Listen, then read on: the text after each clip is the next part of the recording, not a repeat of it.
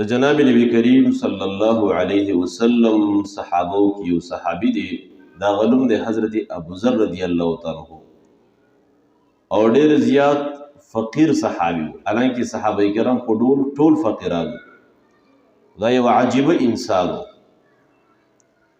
یو ځل ورته نبی علیه الصلاۃ والسلام فرمایي یا ابا ذر، ابو ذر یو عمل د تخیمنه چې وقت پې کم لګي او الله جل شانه پې ثواب ډېر ورکوي. وی د الله حبیبه ضرور راته وښیه.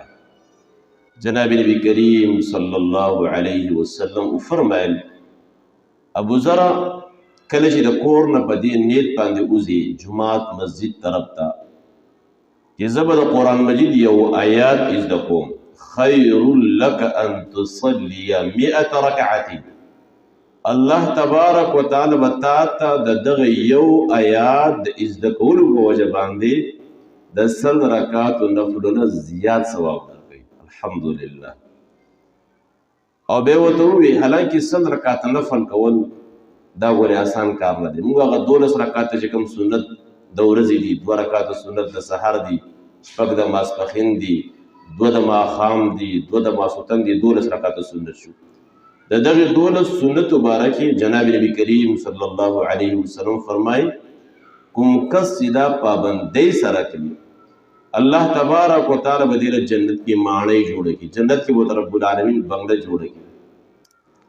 او بیا ورته وی ابو ذر چې کله د کور نه په دې نیت باندې ووتې چې زه د علم یو مسله زده کړم، یو مسله کې د اشکال دی، شک دی، مفتی صاحب نه، قاری صاحب نه، مولوی صاحب نه به تپوس وکړم د دې مسلې باره کې، فرمایي رب العالمین د دغې مسلې د زده کولو په وجه باندې د 100 رکعاتو نفلونه زیات ثواب درکړي. حالانکه 100 رکعاته نفل کول آسان کار خو نه دی.